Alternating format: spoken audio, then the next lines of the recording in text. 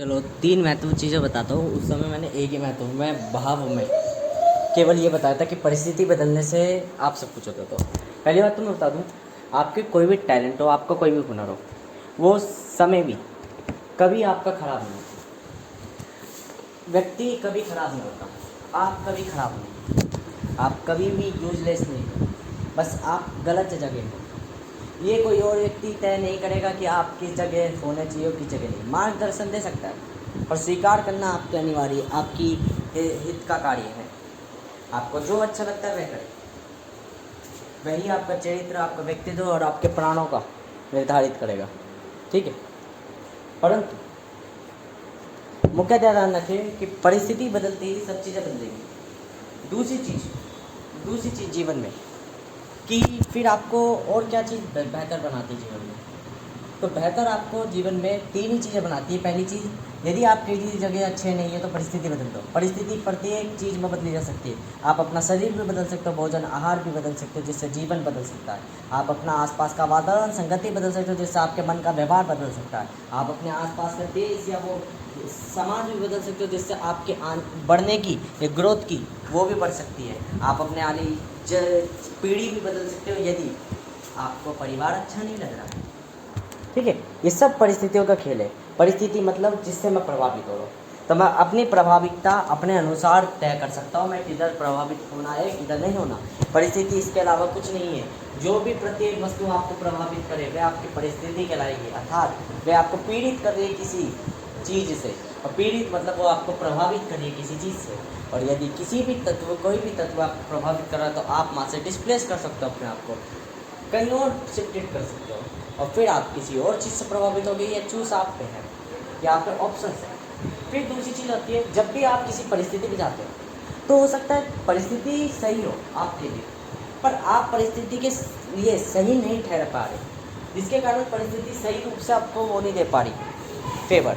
तो यहाँ आप हमेशा समझे 2 माध्यकारक,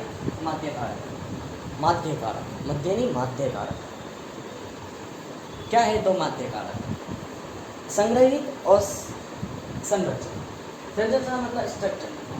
आप हमेशा ध्यान रखें, आप चीज़ों को संग्रहित करोगे, आप चीज़ों को इकट्ठा करोगे, एकत्रित करोगे अपने अनुसार, चीज़ों को संरचित करोगे अपने अनुसार, अतः स्ट्रक्चर अपने अनुसार बनाओगे, अतः एवरी टाइप ऑफ कनेक्टिवनेस आप अपने अनुसार तय करोगे। यह हमेशा ध्यान रखें। परिस्थिति कैसे भी क्यों ना हो, आप उसको संरचित और संग्रहित जरूर करोगे। संग्रहित का मतलब क्या है? मैं परिस्थिति को ज्ञात कर रहा हूँ, मैं परिस्थिति के बारे में जान रहा हूँ, ये सारी की सारी ज्ञान संग्रहित कहलाएगा। संरचित क्या कहलाएगा? मैं उसको अपने अनुसार बना रहा हूँ, मैं उस ज्ञान को अपने अनुसार बना रहा हूँ, अथवा उस पर नियंत्रण पा रहा हूँ और दूसरों पर नियंत्रण थोप रहा हूँ, नियम निर्मित कर रहा हूँ, नियम दूसरों पर लागू कर रहा हूँ। अर्थात अब मैं समाज का हिस्सा ना होकर समाज का साथी बन गया हूँ, मतलब समाज का एक अंश ना होकर समाज का भागीदार बन गया हूँ, ठीक है। या नीति राजनीति आ जाती है संरचित। अतः संग्रहित में अर्थव्यवस्था का एक क्षेत्र आ जाता है और संरचित में राजनीति का एक क्षेत्र आ जाता है। 2 चीज़ें बहुत महत्व रखती है किसी भी अवस्था के लिए, ठीक है ना, क्योंकि अवस्था को व्यवस्थित करने के लिए आपको संसाधन और साथ में मनुष्य संसाधन मतलब मानव संसाधन दोनों की अनिवार्यता आवश्यक है।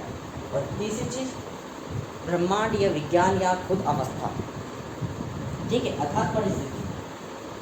और तीसरी चीज़ क्या है? बेहतरता।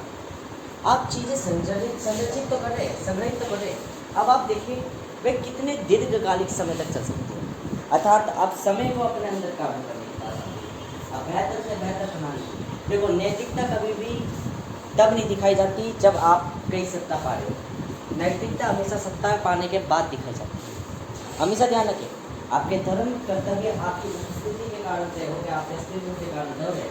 यदि आप गरीब हो तो नैतिकता की बात करना बंद कर दो, क्योंकि यदि नैतिकता रखोगे तो जो अमीर है, जो गद्दी पे बैठे हैं, वह नैतिकता केवल दिखावे की है, आपके लिए नैतिकता नहीं है। नैतिकता उनके समान पद वालों की है। या तो आप उन पदों को पहले धारण कर लो, फिर नैतिकता की बात। अन्य मनुष्य, अधिकांश मनुष्य क्या करता है, बात करता है नैतिकता, तो वो उसको रुकावट कर देती है। फिर कुछ होते हैं दिमागदार, वो क्या करते हैं, वो छल करने लग जाते हैं, वो प्रभावित होकर। हमेशा ध्यान रखना, जो व्यक्ति प्रभावित होकर कोई भी चीज़ कर रहा है वह तो दुष्ट पापी सब कुछ कहलाएगा, क्योंकि वो वसों में कर रहा है चीज़ों के, वो लालच में कर रहा है चीज़ों के। वो स्वार्थ कैसा दिखा रहा है? मानवीय। मानवीय स्वार्थ का मतलब ये है व्यापारिक स्वार्थ, और व्यापारिक का अर्थ ये है प्रकृति व्यापारिक संबंध रखेगी। व्यापारिक संबंध वाला कदाचित भी चालाक भी कर छल भी करता है, तो तब करता है जब छल की आवश्यकता होती है। अर्थात चालाकी ये नहीं कहलाती कि आप छल करते फिर रहे हो। चालाकी ये कहलाती है सही समय पे सही निर्णय लेना ही चालाकी कहलाती है। अर्थात ये स्टेटमेंट क्या है? किसी भी परिस्थिति में मैं क्यों ना हूँ, किसी भी परिस्थिति में उससे निकलने का क्या माध्यम हो सकता है और क्या सबसे बेहतर माध्यम हो सकता है, ये चालाक व्यक्ति कहलाता है। अर्थात तीसरी में चाहिए वास्तविक चालाकी और फौज। अर्थात संग्रहित और संरचित तो चाहिए, पर संरचित और संग्रहित करने वाले तत्व, अर्थात संरचित करने के लिए चालाकी चाहिए और संग्रहित करने के लिए स्वार्थ अनिवार्य। पर कैसे स्वार्थ? दिव्य स्वार्थ जो प्रभावित नहीं होता। अर्थात तीन चीज़ें मुख्यतः चाहिए आपको अपनी जिंदगी स्वीकार करने, एक दिव्य व्यक्ति को स्वीकार करने, वो सवार करने के लिए, क्योंकि मानव नहीं सुनना चाहिए ये चीज़ें। मानव के हित की नहीं है बातें मध्य, जो केवल एक हर एक चीज़ के, ये केवल उन्हीं व्यक्तियों के कारक की बातें हैं जो व्यक्ति या तो गॉड फादर कहलाते हैं या गॉड एंड डेविल कहलाते हैं। मानव के रिलेटेड ये बातें नहीं है, ये उन पदों के रिलेटेड बातें हैं जो सबको कंट्रोल करना जानते हैं। तो नियमित बात हमेशा ध्यान रखें। यदि हमारी अवस्था अपनी गरीब ही की है तो अवस्था बदलने में बेहतर ये या तो अवस्था बदल दो, यदि अवस्था के लायक नहीं बन सकते। अवस्था अनेकों रूपों में बदली जा सकती है, मतलब परिस्थिति बदलना। दूसरी चीज़, चीज़ों को संग्रहित और संरचित करना। संग्रहित और संरचित करने का मतलब क्या है? चीज़ों को अपनी तरफ करो, अपनी तरफ इकट्ठा करो। नेटवर्किंग, यदि खुद नहीं बना सकते तो उस व्यक्ति को रख लो जो बनाता हो। संरचित, स्ट्रक्चर्ड वाइज देख, यदि मैं खुद कुछ नहीं कर सकता, मुझे खुद कुछ नहीं आता, तो कोई दिक्कत नहीं, उस चीज़ को छोड़ो। जिस चीज़ आसान लग रही है, जो चीज़ लग रही हो कि मैं इस पर काबू पा सकता हूँ, उसके द्वारा बाकी सब चीज़ों को संरचित कर दो, अर्थात कनेक्टेड कर लो, स्ट्रक्चरली कनेक्ट कर लो। सपोज करो ना मुझे बातें करनी आती, किसी से कम्युनिकेट करनी आती, नेटवर्किंग आती, ना मुझे बुरा काम करना आता, ना मैं इस तरीके से कि भाई मैं छल कर दूँ किसी के साथ, ना मुझे कोई निर्माण करने आती प्रक्रिया। पर मुझे पता है एक सिद्धांत है मानव का कि मानव स्वार्थी है और मानव अपने स्वार्थ को देख के कुछ भी कर सकता है, अर्थात उससे कुछ भी करवा सकते हैं। बस मैंने क्या करा, ना तो छल करा ना कुछ करा, मैंने बस अपना थोड़ा सा टिंकरिंग दिमाग लगाया और मैंने हल्की सी ट्रिक लगा ली, इससे मैं ये पर्टिकुलर काम करवा लेता हूँ। इसको अनदेखे में रखती, रहस्य में रखती, क्योंकि अगर मैंने इसको बता दिया पूर्ण प्लान बता दिया, मतलब रहस्य बता दिया, तो ये मेरा साथ नहीं देगा, अर्थात ये मेरे से छल कर देगा। तो छल्ले व्यक्ति को रहस्यों में रखा जाता है। कभी से ध्यान रखें, रहस्य उनके सामने रखे जाते हैं जो लालची और छलिए होते हैं। जो लालची और छलिए होते हैं उनके सामने रहस्य रखे जाते हैं, अर्थात वरना रहस्य रखने की कोई बात नहीं है। ईमानदार व्यक्ति के सामने अगर आप अपना धन का पिटारा भी खोल दो तो कोई दिक्कत नहीं है। आप किसी वायु के सामने, हवा के सामने या किसी सूर्य के सामने अपने पैसे को धूप में भी लगा दो तो सूर्य आपके पैसे को नज़र नहीं लगाएगा, पर मानव नज़र लगाएगा, क्योंकि मानव शारीरिक जीवन तो वह बना है, अतः वो ईर्ष्या करेगा। वह हर बार ये चिंता करेगा कि उसके मन में अगर एक बार ये चिंता आई कि मुझसे कोई बढ़कर है तो वो बड़ा बनने की सोचेगा हर पल। ये ध्यान रखना, इसलिए हमेशा ध्यान रखना, अगर एक मानव को फंसाना है तो केवल उसको क्या करना है, चीज़ों के मोह में दिखा दो, उसे वो दिखा दो जो उसके पास नहीं है, बस वो उसके पीछे पूरा जीवन अपना बर्बाद करता रहेगा। ये चालाकी, ये छल नहीं है, ना ये क्या बोलते हैं कोई ऐसी तेजपना है, ना ये कोई इंजीनियरिंग है, ना ही ये कोई कम्युनिकेशन है, नेटवर्किंग, ये चालाकी है। इसलिए चालाकी अनेकों रूपों में प्रधान होती है। मैं केवल चालाकी को ये नहीं मानता कि आप छल करते हैं, बल्कि चालाकी ये कहलाती है वास्तविकता में कि चालाक व्यक्ति समय के संग बनाता है। अब समय के संग रहस्य क्यों रखा? क्योंकि जब उसने एक को बताया तो उसका प्लान चौपट हो गया।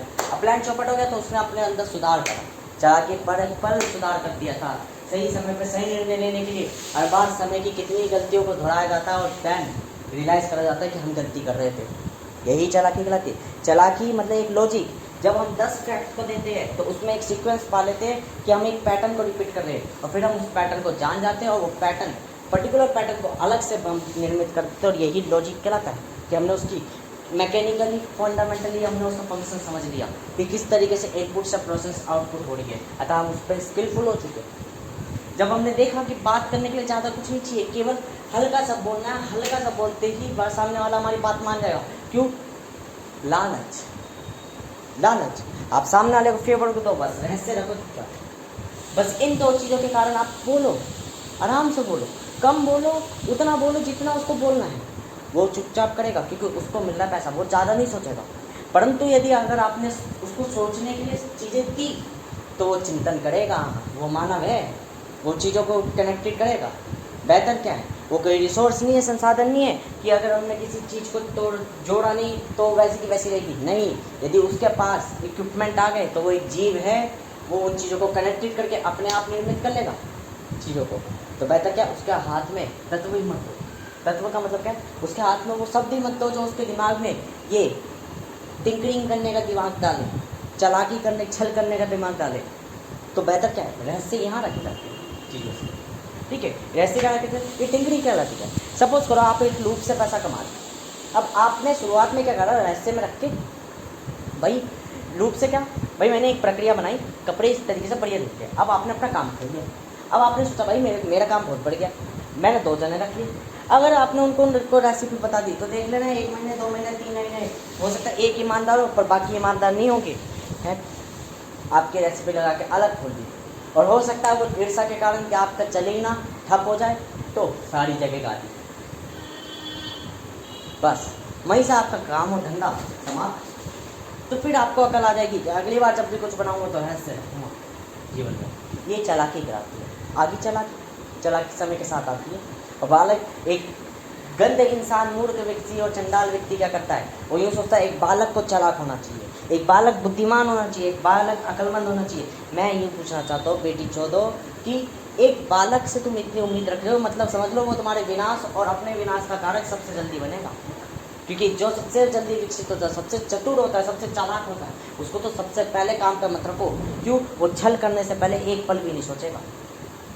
ये मस्तिष्क की प्रणाली कहलाती है। जो व्यक्ति सबसे तेज होता है, जिसके दिमाग के मस्तिष्क के सब कुछ, तो वो कनेक्टिव नहीं होता, किसी चीज़ से लगाव नहीं रखता, वो इमोशनल ब्रेन, उसका बुद्ध कम इस्तेमाल होता है। और जिसका इमोशन कम इस्तेमाल होता है वो ईमानदार तो कदाचित नहीं होता। हमेशा ध्यान रखें, हमेशा ध्यान रखें, एक बिल्ली जब चूहे को खा रही है तो वो ये देख के नहीं खा रही कि चूहा अच्छा है या बुरा है।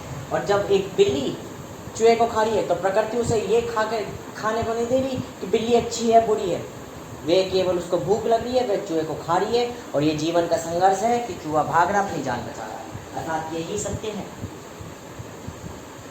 कि एक चूहा बिल्ली ये चीज़ दिखा देते हैं कि अच्छी बुरी चीज़ केवल हमारी कल्पना है मात्र, वास्तविक में अच्छी बुरी चीज़ नहीं है।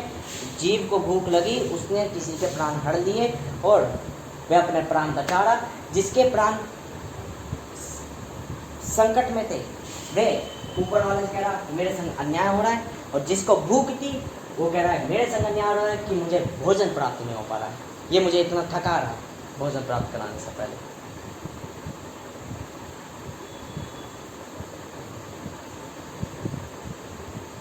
तो हमेशा ध्यान रखें, बिल्ली चाहेगी कि चूहा आसानी से हाथ मुंह में आ जाए और मैं उसकी गोटियाँ खा के आराम से उसको चबा सकूं, और चूहा चाहेगा काश कि मैं इतनी तीव्र भागू वह बिल्ली वहाँ भटक जाए या रह जाए जिससे मेरे प्राण बच जाए।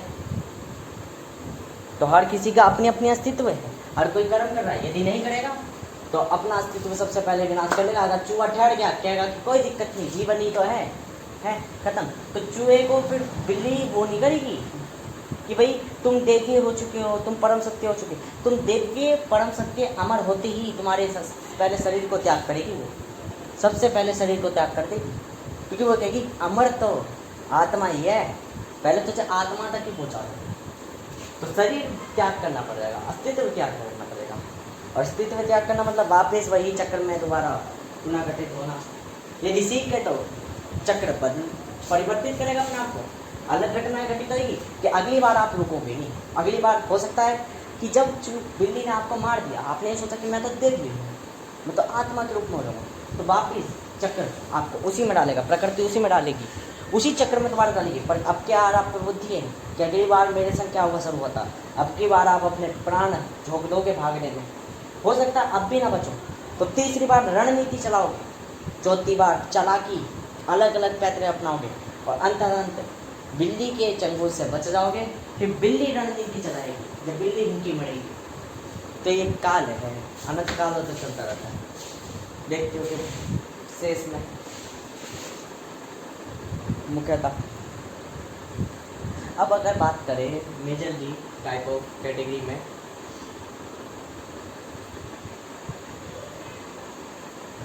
मेजरली टाइप ऑफ कैटेगरी में तो तीसरी चीज़ आती है, जब दूसरी चीज़ तो आगे संग्रहित और क्या बोलते हैं संरचित करना चाहिए। संरचित और संग्रहित अलग अलग तरीके से, ठीक है। अब चालाकी और स्वार्थ ये इसलिए अनिवार्य है कि अब आपको अपने आप को बदलना पड़ेगा, चीज़ों को मानना पड़ेगा, समझना पड़ेगा। तीन चीज़ें आपको रियलाइज़ करनी है हमेशा ध्यान रखना। मैं किसी भी वातावरण में पैदा हुआ, मैं मान लो बचपन में पैदा हुआ, बचपन में तो मैं प्रभावित नहीं हुआ, पैदा होते टाइम पे प्रभावित होऊंगा, पर पीढ़ी दर प्रभावित होऊंगा। प्रभावित कैसे? मानव जैसी सोच रखूँगा, मस्तिष्क रखूँगा, जो कि पीढ़ी दर पीढ़ी मेरे दिमाग में विकसित हो रहा है। मतलब मेरे एक ढांचा होगा, संरचना होगी और मैं चीज़ें कुछ संग्रहित करता होगा। जैसे मस्तिष्क संग्रहित करता होगा, मेरा मस्तिष्क बड़े आकार का होगा अन्य जानवरों से। मेरे हाथ पैर होंगे, 2 हाथ होंगे, 2 पैर होंगे, पूँछ नहीं होंगी, मैं 2 पैरों पर खड़े वाला व्यक्ति होऊंगा। तो ये मेरी संरचना उस तरीके से संग्रहित हो रखी है कि जो पीढ़ी दर चल के आ रही है, ठीक है। यहाँ से हमें ये चीज़ ज्ञात हो जाती है। अब यहाँ पे समझो, मैं एक बालक हूँ पर सामाजिक चीज़ें नहीं जानता, ये मेरी प्राकृतिक चीज़ें हैं, मूल अवधारणा। सामाजिक चीज़ें अभी मैं समाज में जानूंगा, अभी मेरा दूसरा समय प्रारंभ होगा। समय 4 है मुख्यतः, मैंने बताया। तो दूसरा समय प्रारंभ होगा, दूसरा समय जैसे ही प्रारंभ होगा तब आप 2 तरीके खान पीन ये सारी चीज़ें तय होगी कि आप मांसाहारी खाओगे, शाकाहारी खाओगे। शाकाहारी खानदान में पैदा हुआ तो शाकाहारी खाओगे शुरुआत में, मांसाहारी खानदान में पैदा हुए तो मांस को भोग बनाओगे अपने खानदान में। क्योंकि अभी चिंतन चेत नहीं पनपेगा, सोच नहीं पनपेगी, ये तर्क नहीं पनपेगा कि क्या अच्छा क्या बुरा है। अभी ये कदाचित भी नहीं होगा। अगर मांसाहारी के यहाँ पे पैदा हुए हो तो मांस खाने में हल्का सा भी वो नहीं लगाओगे लालचन कि मांस बुरा है या अत्यधिक नुकसानदायक है। ये परिणामों पे तय होगा कि शरीर को नुकसान दे रहा है ये नहीं, ये आखिर की आखिर घटना पे तय होगा। जब बीमारियां शरीर में लगेगी कि हाँ मुझे ये चीज़, तब आप नियम बनाओगे, तब आप चिंतन करोगे, तब आप चीज़ों पे तब करोगे, अर्थात त्याग करोगे चीज़ों का, प्रभावित होगा। तो यही समझ, जब आप मान लो प्रभावित हो गए, पहले आप प्रभावित नहीं थे, फिर बीच में प्रभावित हो गए। अब वर्तमान की बात करते हैं, इधर से चालू होगा वर्तमान। पहले क्या था, वर्तमान से भी पूर्व में आपके पैदा होने के बाद, फिर वर्तमान की बात कर रहे हैं। क्या मान लो आप किसी भी अवस्था में हो, 40 साल, 20 साल, 30 साल, 25 साल, 15 साल, 14 साल, 13 साल, ये 10 साल, ये 9 साल, ये 8 साल, किसी भी आयु में आपका चिंतन पड़ पाए वर्तमान के लायक। क्या चिंतन पड़ पा?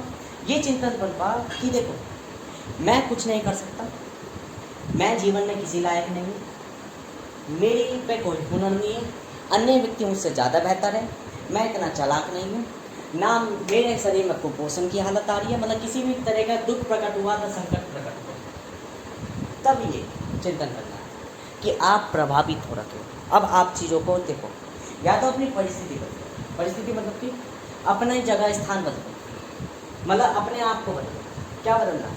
आलस कर रहे हो, भोजन गलत ले रहे हो, इनको त्यागो, अच्छा भोजन संग्रहित करो और संरचित करो अपने आप को नए रूप में, ठीक है। जब आप ये करोगे तो आधी प्रॉब्लम तो यही समाप्त होगी, ठीक, बेहतर। अब जब कुपोषण की हालत तो हट रही है, पर कुपोषण की हालत किन तत्वों से हटेगी? तो आपने कहा यार मैं शाकाहारी हूँ, भोजन अच्छे से प्राप्त नहीं कर पा रहा, तो आपने सोचा अपने स्वार्थ के लिए, यहाँ स्वार्थ और चालाकी पनपेगी, स्वार्थ पनपेगा, स्वार्थ कहेगा मांस खाना जरूरी है, फिर चालाकी तरीके ढूंढेगी क्यों खाना जरूरी है, कैसे खाना जरूरी है, चारों तरफ से ज्ञान आएगा। मांस ये है, मांस इस तरीके का व्यंजन है, मांस ये दुख देता है, मांस ये सुख देता है, मांस इसलिए जरूरी है, मांस इसलिए नहीं जरूरी है। ये प्रत्येक मन में चिंतन चलेगा, प्रभाव फ्लो चलेगा आंधी के, धीरे धीरे धीरे धीरे की आंधी शांत होगी और तब आप चीज़ों में या तो प्रभावित उस आंधी में बहते चले जाओगे और मांस खाना प्रारंभ कर दोगे अनंत काल तक। फिर आप मांस खाते चलोगे और तुम मांस में प्रभावित हो जाओगे, या आप मांस नहीं खाओगे और अपना वही कुपोषण की हालत को धीरे धीरे और चला के और तरीका ढूंढेगी कि शाकाहारी में अमीनो एसिड्स पाते हैं, हिस्टिडीन, मेथियोनिन है, बाकी क्या बोलते हैं रेनिन, अब मेरे को तो नाम पता है कई सारे, मैं तो बायोलॉजी का स्टूडेंट हूँ, ठीक है, बाकी फिर भी आर्गिनिन। तो अगर मैं बात करूँ अमीनो एसिड पाते तो अमीनो एसिड को संग्रहित कर, अच्छा चने में पाता है मेथियोनिन, हिस्टिडीन और वो क्या बोलते हैं आर्गिनिन, और एक और पाता है, नाम क्या उसका, वैलिनिन होता है शायद। तो ये जब आप इन चीज़ों को अपने डाइट में लाओगे तो आप शाकाहारी से भी भोजन लेने लगोगे। परंतु हम मानते हैं कि आपने ये चीज़ नहीं करी, आपने उसी समय में मांस को स्वीकार कर लिया, ठीक है, अब आपने मांस में खाने लगे, मांस में प्रभावित हो गए तो वहीं फिर संकट आएगा। मांस आप में फैट वगैरह वसा वगैरह ये सारी चीज़ें आपके अंदर बुरी मानसिकता ला रहा होगा, तो ठीक है। तो ये वो कारक है जब आप इल्यूजन्स में फंस गए, इल्यूजन्स में फंस गए तो इल्यूजन में फंस के आप क्या करोगे, अब आप मांस को कहोगे मांस सिर्फ उतना जरूरी था मेरे जीवन के लिए जितना कि मेरे को कुपोषण से पोषणहार बना, अर्थात अत्यधिक पोषण, मुझे ओबेसिव नहीं बनना, ओबेसिव कैटेगरी में नहीं आना, ओबेसिटी नहीं बनना, मुझे केवल अपने आप को संतुलित रखना था पहले से। तो अब आप मांस को नियमित कर दोगे जीवन में, हो सकता है आप न्यूनतम मांस के टुकड़े खाओ जितनी आपके शरीर को जरूरत हो। ऐसी फल सब्जियों में भी था, जब आपको कुपोषण की हालत लगी तो आप फल भी दिन में 100 रुपए के फल खाने लग गए, 1 किलो फल खाने लग गए, शरीर में क्या हो गया, शुगर बढ़ गया, वो बढ़ गया, ये क्यों बढ़ गए, फाइबर तो अच्छा पहुँच गया है, और फाइबर भी नुकसान करने लग गया, आंतों में जोड़ लगने लग गया एक समय के बाद, क्योंकि फाइबर पानी सोख लेता है। तो बतेरी चीज़ होने लगी कि फाइबर की कमी होगी। देखो फाइबर की कमी होने के बाद पानी शरीर में नहीं सूखता, जिसके कारण आप देता है वो टाइट हो जाता है, और यदि ज़्यादातर वो खा रहे हो तो क्या होता है कि कीड़े मकोड़े भी फंस जाते हैं और फिर उसमें बन जाती है गंदगी। फलों में बतेरी हुआ, बैक्टीरिया वगैरह, गुड और बैड भी। अगर मैं मेजरली बात करूँ तो हमेशा ध्यान रखो, लाना किस पे था, नियमित, बेहतरता पे लाना, ना प्रभावित पे लाना था कि कब कितना प्रभावित होना, नियंत्रण में लाना था। और यही चीज़ है एक दिव्य और मानवीय कि मानवीय क्या करेगा, या तो वो चीज़ों को मानेगा ही कि मैं मांस खाऊंगा, तो समय के संग उसको बुद्धि आएगी, समय के संग उसको डाटा मिलेगा, संग्रहित होगा कि भाई शाकाहारी भोजन में भी अमीनो एसिड है, उनसे हम अपनी जो डाइट है वो कर सकते हैं कभी। अब मान के चलो सपोज करो ऐसे टापू में फंस गए कभी, ये हम जैसे तर्क करते जो मांसाहारी होते, पहली बात तो मैं मांसाहारी हूँ, पर फिर भी मान लो कोई मांसाहारी ये तर्क करता है तो हमेशा करते पहली बात तो आप उस परिस्थिति में जाने के कदाचित भी नहीं करें, बहुत न्यूनतम है, तो ये तो वो नहीं। परंतु अगर मान लिया कि गए भी तो वहाँ तब देखा जाएगा क्या करना है, अभी नहीं चिंतन करना कि मैं मांस खाना चालू कर दूंगा तो अभी से चालू कर देता, नहीं, वो परिस्थितियों पर निर्भर कर देगा, आप जिस अस्तित्व में उस अस्तित्व के बारे में सोचो। सपोज करो आप पे बंगला है, सब कुछ है, वो है, परंतु आपको इच्छा एक गरीब की कुटिया में रहने की है, तो क्या आप गरीबी में आकर्षित नहीं होंगे? क्या गलती उस महल की थी या उस गरीबी की कुटिया की थी या आपकी थी? आपने अपने अस्तित्व को ना देखकर किसी और चीज़ में देखने की इच्छा रखी। यहीं से पता चलता था अमीरी और गरीबी, कि अमीरी गरीबी का अनंत काल चक्र है, ये कभी ना समाप्त होने वाला है, हमेशा किसी न किसी जीव की इच्छा रहेगी कहीं ना कहीं पहुँचने की।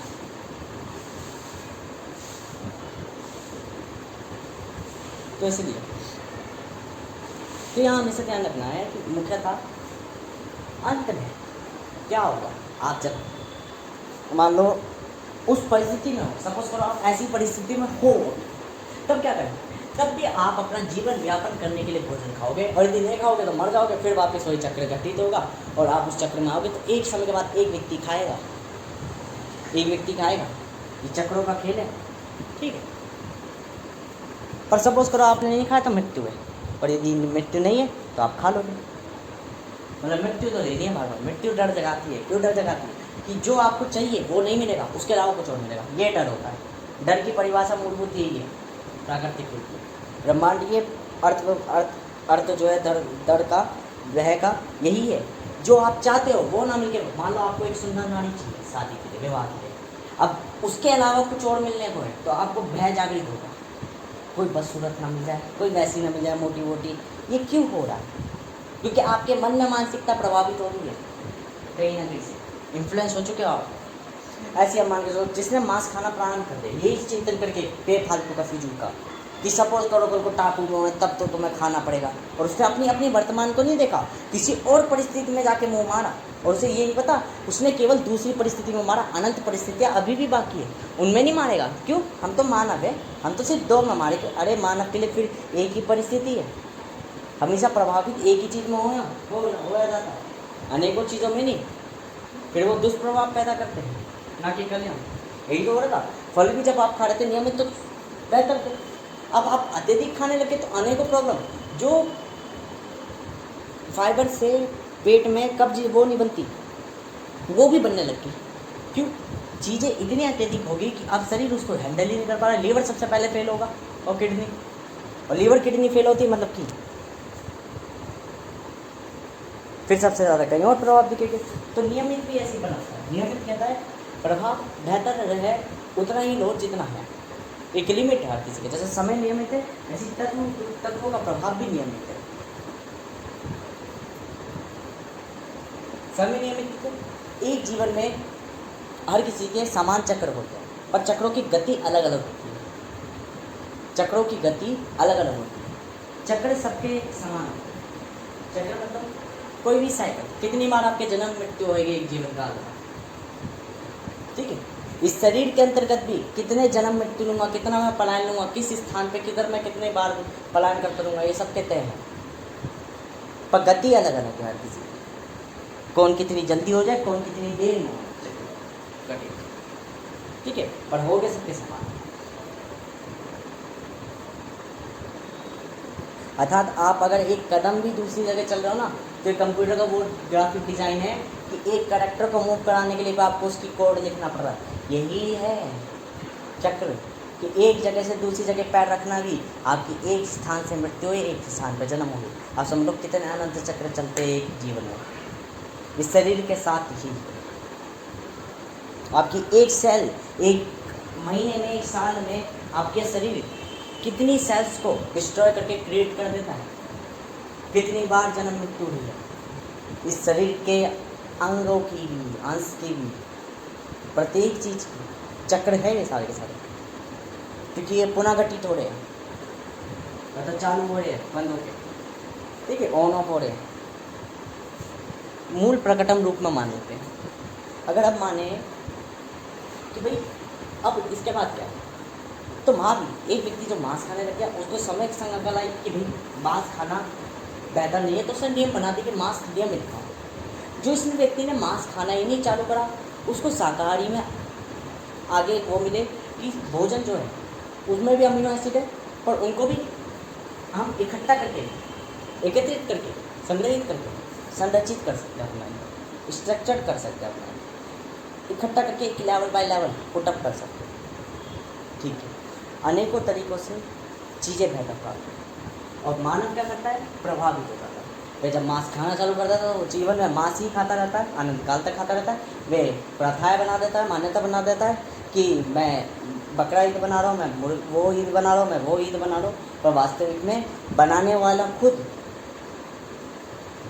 जब उनके वहाँ पर पढ़ो कुरान में, तो वहाँ पे भी समझ में आएगा। जो मोहम्मद साहब थे वो तो कदाचित भी एक चींटी पे पैर रखना नहीं पसंद करते थे, वो किसी बकरे की बलि देना पसंद करेंगे अपनी इच्छा से, बिल्कुल भी नहीं। तो ये तो मानव की कल्पना है, ये मूर्खों की कल्पना है। इसलिए मैंने कहा था ये मूर्खों के नियम है ही नहीं, ये मानवों के नियम है ही नहीं, ये उनके नियम है जो उन पर राज करेंगे। इसलिए ये सबके सामने भी प्रकट होना अनिवार्य नहीं है। और तीसरी चीज़, संग्रही संरचित के हमें समझ में आ गई, चालाकी और स्वार्थ का भी हमें समझ में आ गया।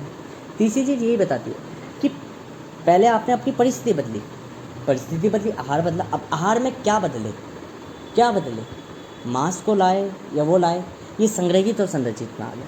अब चालाक और वो क्या था, चालाक और स्वार्थ तीसरा स्टेज था, जहाँ आप चीज़ों को प्रकृति के अनुसार नियमित रहोगे, अतः बेहतर लोगे।